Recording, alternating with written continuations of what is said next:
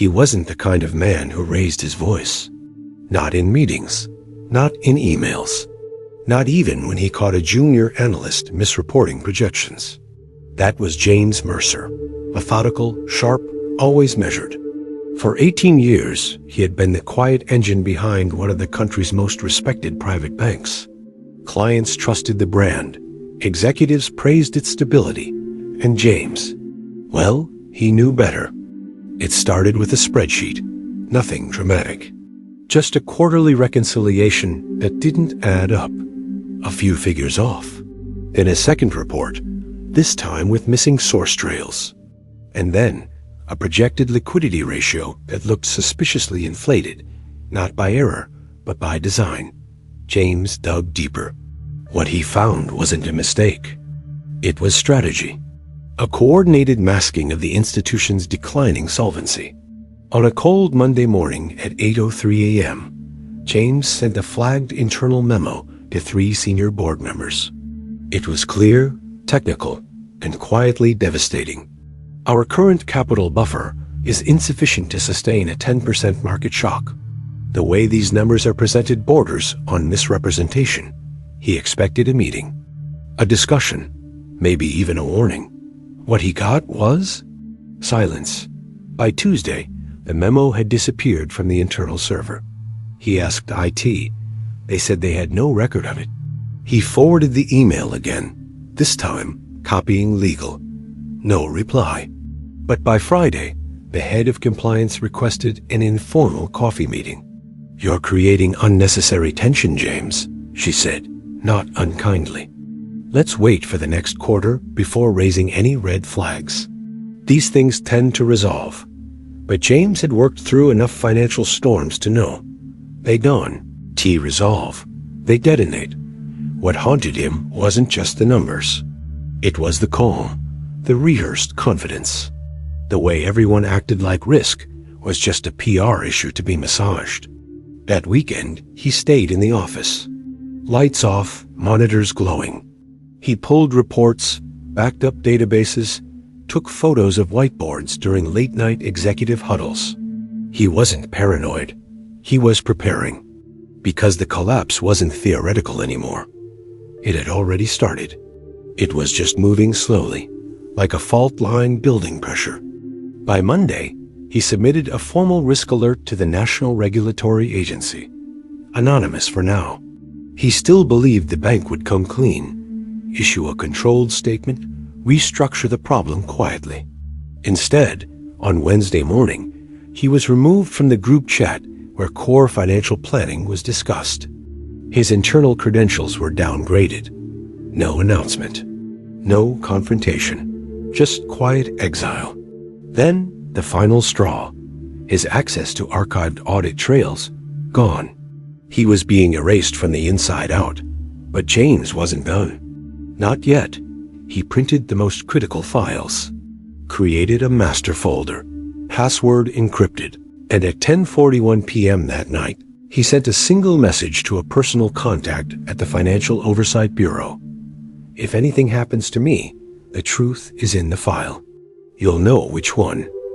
Watch the markets this Friday. It's already cracking." He left the office just before midnight.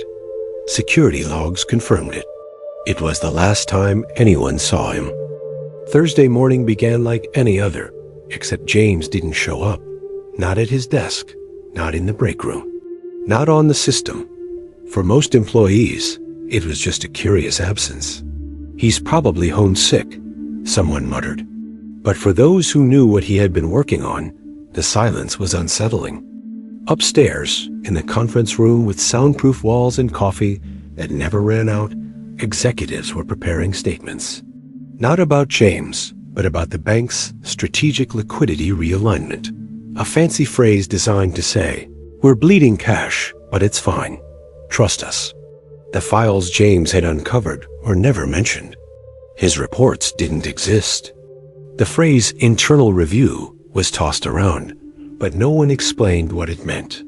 The leadership's tone was crisp, their smiles tight. But underneath, there was a hum, like tension vibrating just beneath the carpet.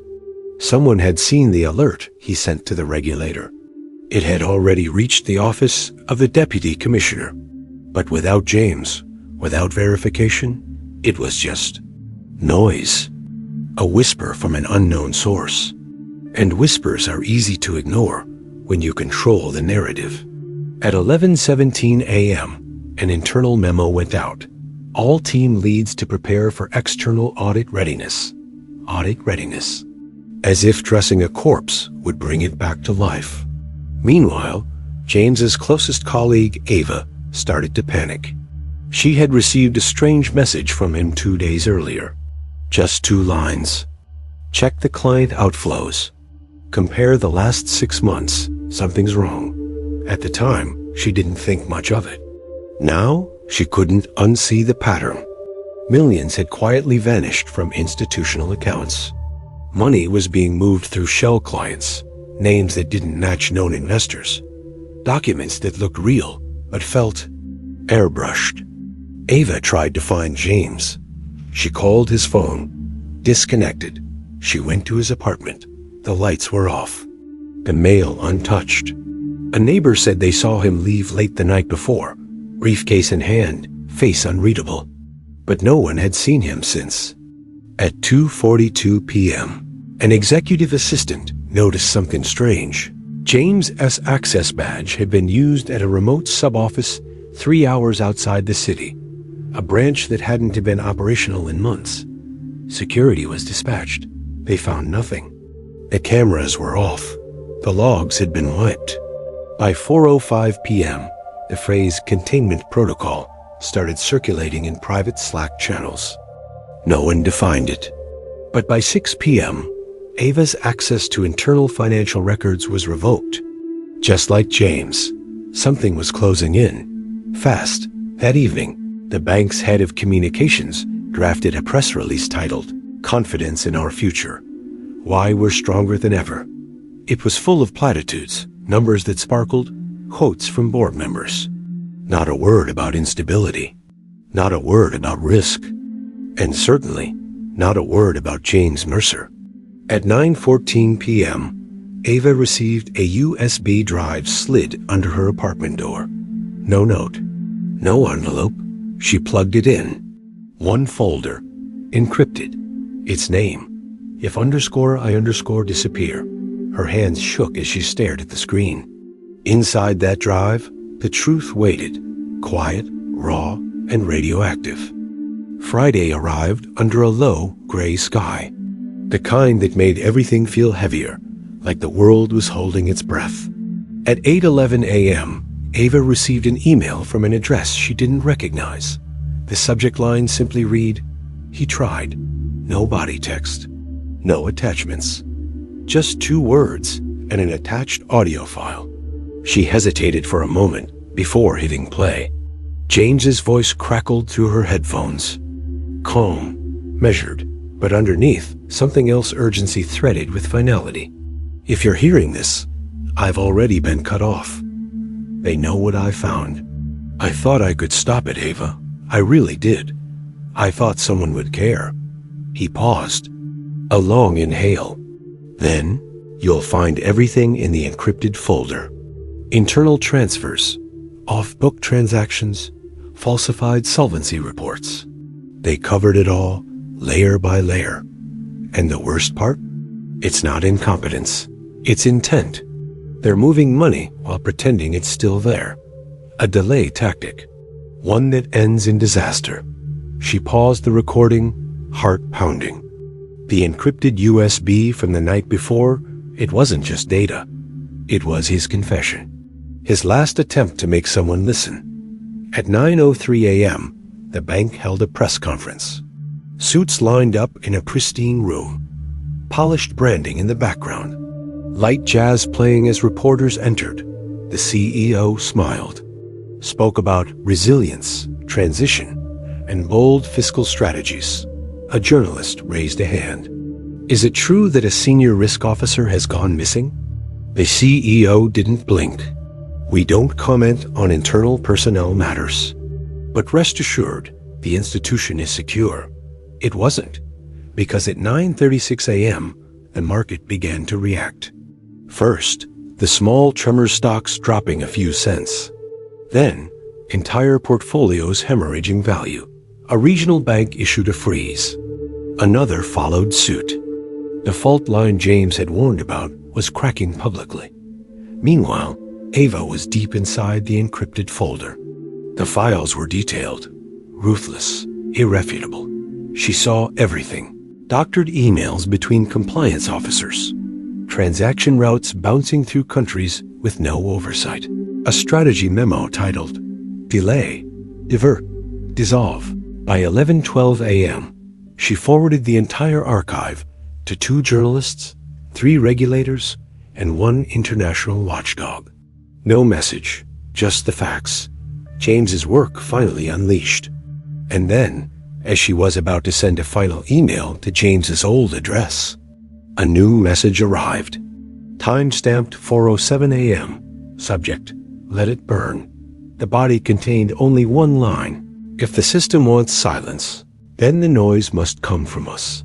Attached was 1 final file, a surveillance photo. James, standing at a ferry dock. 1 backpack, looking out over the water. Time-stamped 3:49 a.m. That same morning. He was alive, but gone. He hadn't vanished. He had chosen to disappear, and he left behind a storm. By Friday afternoon, the storm had a name. Media outlets scrambled to cover what regulators now dubbed the Mercer files. Leaked documents painted a chilling picture. A bank propped up by fiction, orchestrating a financial illusion while shifting billions into untraceable corners of the global economy. But while headlines roared, the institution itself stayed quiet. No executive resignations, no arrests, no televised reckoning.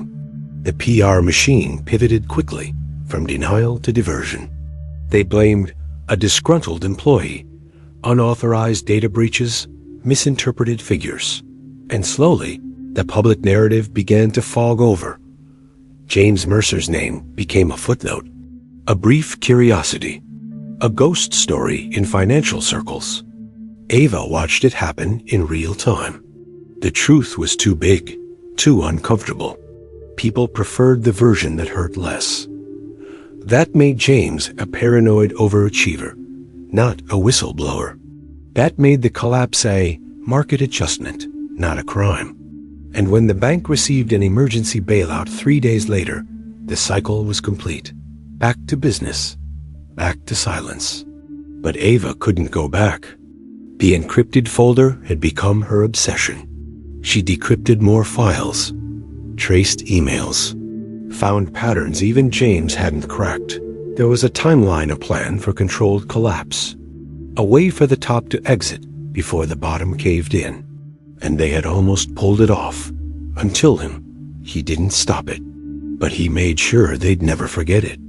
1 week later, Ava received a final package. No return address, no note. Inside, a single item. James's badge, cracked down the middle. The photo still intact, still staring with that quiet determination. She turned it over. Etched into the plastic, barely visible under the right light, were 4 words. I told the truth. She didn't cry. She smiled. Not because he won, but because he refused to vanish on their terms. And in a world where silence had become a strategy, he chose noise.